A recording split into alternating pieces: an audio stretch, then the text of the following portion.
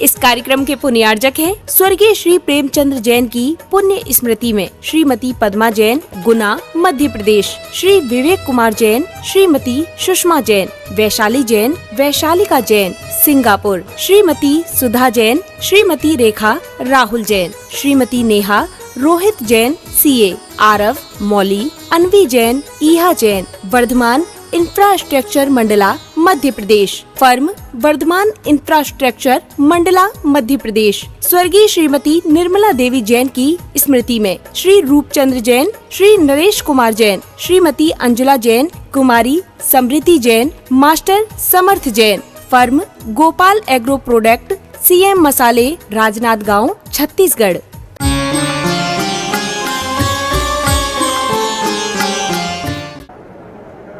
धर्म स्नेही भवात्माओं, वो कहते हैं कि भगवान जब दीक्षित होते हैं तो उनके साथ बहुत सारे लोग भी संयम धारण कर लेते हैं।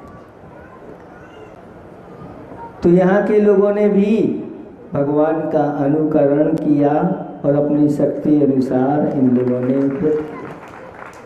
बहुत सारे लोगों ने भाव बना लिए, विषम हो गया। ये बहुत दुर्लभ है अपने जीवन में ब्रह्मचर्य आदि का पालन करना। शास्त्रों में तो ये कहा गया है, अपनी संतान चाहे बच्चा हो चाहे बच्ची हो, जब तक उसका अध्ययन काल चलता है गुरुओं से ऐसे ही ब्रह्मचर्य लेकर के उसका अध्ययन कराना चाहिए, क्योंकि यह ब्रह्मचर्य आश्रम कहलाता है, घर में रह करके। और जिन बच्चे बच्चियों के ऐसे संस्कार होते हैं, एक दिन वह अवश्य वह पूर्ण रूप से व्रतों को अंगीकार करते हैं, अनुव्रतों को अंगीकार करते हैं, महाव्रतों को अंगीकार करते हैं। भले वो गृहस्थ बन जाए, लेकिन उनके अंदर इस प्रकार के संस्कार जागृत रहते हैं। इसलिए उनके जीवन की रक्षा के लिए सब संयम धारण करना चाहिए। कहते हैं एक बार जीवन में वैराग्य जागृत हो जाए तो आपका पूजा करना सार्थक हो जाएगा, आपका तप करना सार्थक हो जाएगा, आपके व्रत करना सार्थक हो जाएगा, आपका दान देना सार्थक हो जाएगा, क्योंकि यह वैराग्य इस मनुष्य पर्याय में ही मिलता है और कहीं नहीं। पूजा पाठ तो देवलोग खूब करते हैं, यहाँ तक कि आष्टानिक पर्व चल रहे हैं और इन आष्टानिक पर्वों में देव आठों याम निरंतर वहाँ नंदीश्वर में जाकर के प्रचुर मात्रा में द्रव्य को चढ़ाते हैं और भक्ति पूजा जैसी देवलोग करते हैं वैसे मनुष्य तो कर ही नहीं सकते। लेकिन जो मनुष्य कर लेते हैं वो देव नहीं कर पाते, क्योंकि इस पर्याय के साथ ही यह संयम मिलता है। पहले लोग ज़्यादा संयम को धारण नहीं करते थे, करते भी थे तो वृद्ध लोग करते थे, कोई एकाध ऐसा आ जाए। लेकिन जब से हमारे गुरुदेव ने संयम धारण किया और युवा और युवतियाँ तैयार हो गई और कितनी हुई, उनको देख करके अन्यत्र भी इस प्रकार की सब जगह संयम को लेने की होड़ लग गई कि हाँ, ऐसे संयम को धारण कर सकते। बहुत सारे लोगों की भी भावना है गुरुदेव हमारे बीच में नहीं है, लेकिन गुरुदेव ऐसे अपने शिष्य तैयार करके गए हैं आगे जाकर के। अभी 16 तारीख को कुछ बड़े महाराज को उस पद पर आरूढ़ होना है और जिनकी भावनाएं बाकी रह गई है उन सब की भावनाएं पूर्ण। और हम लोग भी हमारे लिए जो भी यथायोग्यकारी होंगे, आपके जो समाज के रह गए हैं, आचार्य का आशीर्वाद हो जाएगा। हम लोग भी तैयार रहेंगे, सबकी भावनाएं पूर्ण होंगी, इसमें किसी प्रकार का विकल्प नहीं करना। यद्यपि आचार्य भगवंत चले गए, लेकिन हमारे मन से, हमारे हृदय से कभी जा नहीं सकते। वो हमेशा अपने अंदर विद्यमान रहेंगे, उनके वचन हमारे अंदर विद्यमान रहेंगे। उन्हीं के द्वारा दी गया यह रत्नात्रय है। इसलिए आचार्य भगवंत जाकर के भी गए नहीं। ऐसा कहा गया है कि तप करते यौवन गया, द्रव्य गया मुनिदान, और प्राण गए सन्यास में, तीनों गए न जान। अगर तप करते हुए यह यौवन निकल जाए, और यौवन की दहलीज पर उन्होंने जैसे ही कदम रखा और उन्होंने अपने जीवन में संयम धारण कर लिया और उनका तप तभी से प्रारंभ हो गया, तो उनका पूरा जीवन यौवन इस संयम तप के साथ गया है। तप करते हुए यौवन गया, प्राण गए सन्यास में, और सन्यास के साथ संयम के साथ ही प्राण चले गए, तो तीनों गए न जान। और श्रावकों का अगर दान जो है और ऐसे स्थानों पर चला गया तो वो गया नहीं, आपका तो कितना गुना मिलेगा। ऐसे ही संयमी लोग होते हैं और आपके लिए बहुत कुछ दे करके चले जाते हैं, लेकिन वह जाते नहीं, हमेशा हमेशा हम सबके हृदय में विराजमान रहते हैं। इतिहास के पन्नों में वह विराजमान रहते हैं, और जो अपने द्वारा रचनाएं जिन्होंने की हैं, उनके वचन जो हैं वो हमेशा हमेशा ऐसे उनके शिष्यों के द्वारा ही आपको मिलते रहेंगे। आचार्य जी ने एक हाइकू लिखा था कि 9 मास उल्टा लटका, अब तप कष्ट कर क्यों। हे बात्माओ, आपके अंदर भी वह शक्ति विद्यमान है। घबराओ नहीं कि हम कैसे सामायिक कर पाएंगे, कैसे इस प्रकार से हम भूख प्यास सहन कर पाएंगे। तो उन्होंने उदाहरण दिया कि 9 माह है, जब गर्भ में रहे तो उल्टे लटके रहे, फिर भी आप इसी प्रकार से आपने ये नहीं कहा कि मैं यहाँ 9 माह नहीं रह सकता। तो 9 माह उल्टे लटक करके तपस्या करके आए हो, अभी जन्म नहीं हुआ है, जन्म के पहले ही इस प्रकार की क्रियाएं की है, तो आपके अंदर वह शक्ति विद्यमान है। उस दृश्य को याद करो कि फिर हम बाहर आकर के इस प्रकार के तप क्यों नहीं करते। अब कष्ट कर क्यों मान रहे हो? ये कष्ट नहीं कहते हैं, ये तप तो इष्ट की प्राप्ति करा देते हैं। बिना कष्ट के इष्ट की प्राप्ति नहीं होती। हमने संसार में अनेक प्रकार के कष्ट उठाए, नरकों में सागरों पर्यंत अनंतों बार कष्ट उठाए हैं। ऐसे कष्टों को झेल करके बाहर आ गए। त्रेंच गति में भी अनेक प्रकार के कष्ट उठाए, मनुष्यों में भी कष्ट उठाए। एक बार इस मनुष्य जीवन में संयम धारण करके कष्ट उठा लो, फिर बार बार ये कष्ट उठाने की जरूरत नहीं। लेकिन डरते रहते हैं लोग, क्या होगा, कैसे होगा। और अगर अब मनुष्य पर्याय में डरते रहोगे तो फिर कहाँ मिलेगा ये संयम, आपको ढूंढे मिलने वाला नहीं। इस संयम को कोई भी धारण कर सकता है, उच्च कुल वाला हो, गरीब अमीर से मतलब नहीं होता। बड़े बड़े राजा महाराजा लोग, अमीर लोग होते हैं, वो तो संयम धारण करते ही हैं, लेकिन गरीब भी गुरु की कृपा से वह भी शिष्य संयम को धारण कर लेता है। और वहीं पर अमीर और गरीब दोनों मुनिराज बैठे हैं। अब उनमें कोई अंतर अमीर गमीर का नहीं होता, कोई अंतर। इसलिए अच्छे से रेखाई को लिखा था, किसी वेग में पढ़े हों या अपढ़ सब एक हैं। पढ़े लिखे भी बैठे हैं और अपढ़ भी बैठे हुए हैं, और दोनों ध्यान में बैठे हैं। तो कौन पढ़ा लिखा है और कौन अपढ़ है? कहते हैं सब एक है। एक कथा आती है नंदी मित्र की।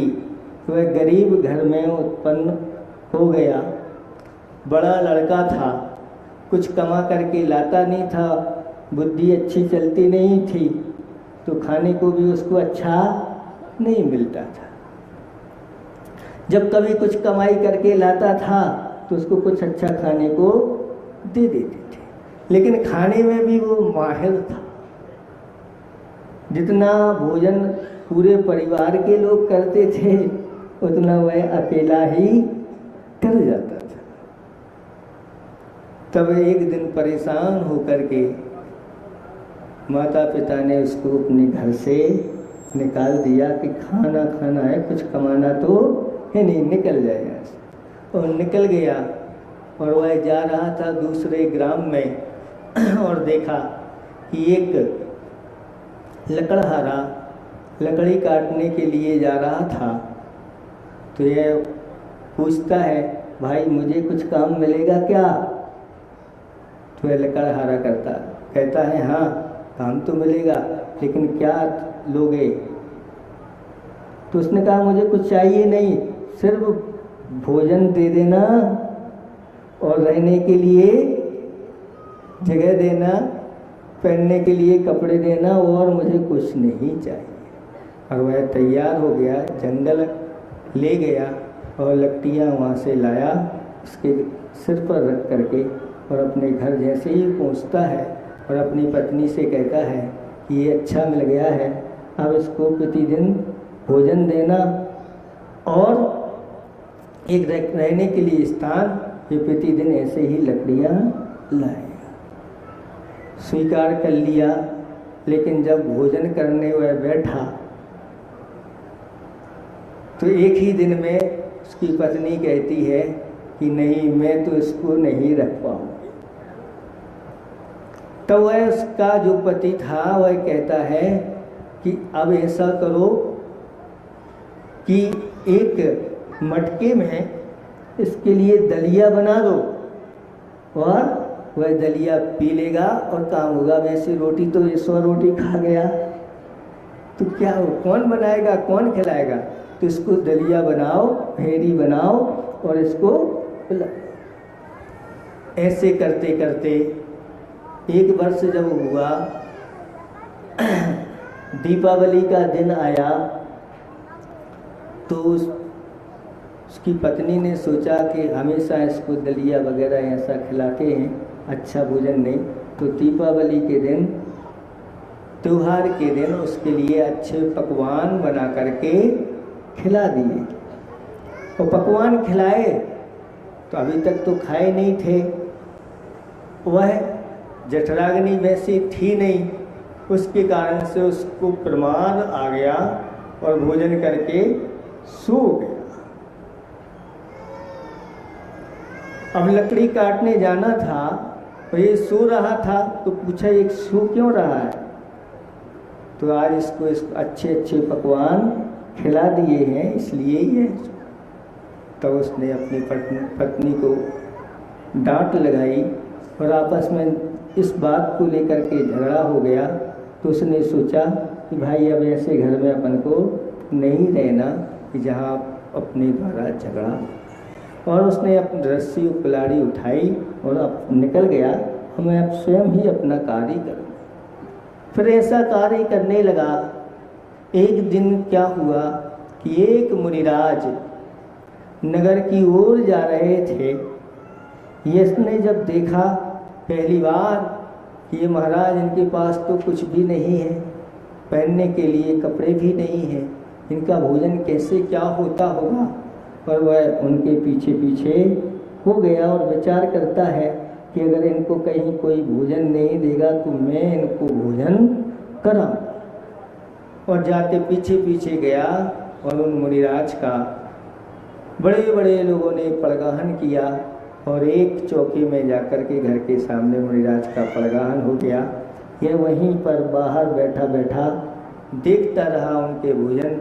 और जैसे ही महाराज के भोजन पूर्ण होते हैं, महाराज तो निकल जाते हैं, लेकिन श्रावक लोग सोचते हैं कि महाराज के साथ पीछे पीछे आया है, तो उससे कहा भैया यही भोजन करके जाना। और अच्छा अच्छा भोजन उसके लिए कराया और वह संतुष्ट हो गया कि ये तो बहुत अच्छी बात बन गई, अब कहीं जाने की आवश्यकता नहीं है। और जाकर के महाराज के पास पहुंच गया कि महाराज अब तो हम आपके साथ ही रहेंगे और कहीं नहीं। एक दिन महाराज का उपवास हो गया और वह कहता है महाराज चलो। तो महाराज कहते हैं नहीं, हम तो नहीं जा पाएंगे क्योंकि हमारा तो उपवास है। तो मेरा क्या होगा? कौन श्रावक लेने थोड़ी आएगा एक उपवन में, जंगल में। तो ऐसा करो महाराज, ये पिछी कमंडल मुझे दे दो। तो महाराज ने कहा ये पिछी कमंडल ऐसे नहीं देते, पहले इन कपड़ों को उतारो और जैसे हम हैं वैसे हो जाओ और ये पिछी कमंडल लेकर के चले जाओ, तुम्हारा भी भोजन। तो बिना दीक्षा के ही महाराज ने कृपा कर दी और पिछी कमंडल दे दिया, क्योंकि उन्होंने हमारी ज्ञान से जान लिया था कि इसकी होनार अच्छी है, भव्य है। और जैसे ही भोजन करके आहार करके वह महाराज आ जाते हैं और आकर के कपड़े पहनने लगते हैं, तो महाराज कहते हैं अब कपड़े मत पहनो, तुम्हारी आयु मात्र 3 दिन की बाकी रह गई है, करना है तो अपना कल्याण कर लो। वह भी तैयार हो गया और महाराज ने केशलौंच करके और दीक्षा, वास्तविक दीक्षा प्रदान कर दी और तप करके स्वर्ग में जाकर के वह रिद्धिधारी देव बन गए। संयम अपने आप में बहुत महत्वपूर्ण चीज़ है, इसलिए पूर्ण संयम नहीं ले पाते तो धीरे धीरे आप आगे बढ़िए। जिसकी जैसी जो शक्ति हो आप उसको लेकर के, क्योंकि ये संस्कार आगे तक काम आते हैं और एक छोटे से भी नियम आगे जाकर के बहुत बड़े बड़े नियमों को प्राप्त करा देते हैं। आप लोग ऐसी गर्मी में तप रहे हैं, तपस्या कर रहे हैं, अब ज़्यादा हमारा भी सुनाने का भाव ज़्यादा नहीं है, इतना ही हम पर्याप्त समझते हैं। एक दिन आपको भी ऐसे संयम की प्राप्ति हो और अपने इस मनुष्य जीवन को सार्थक करो। अहिंसा परमो धर्म की।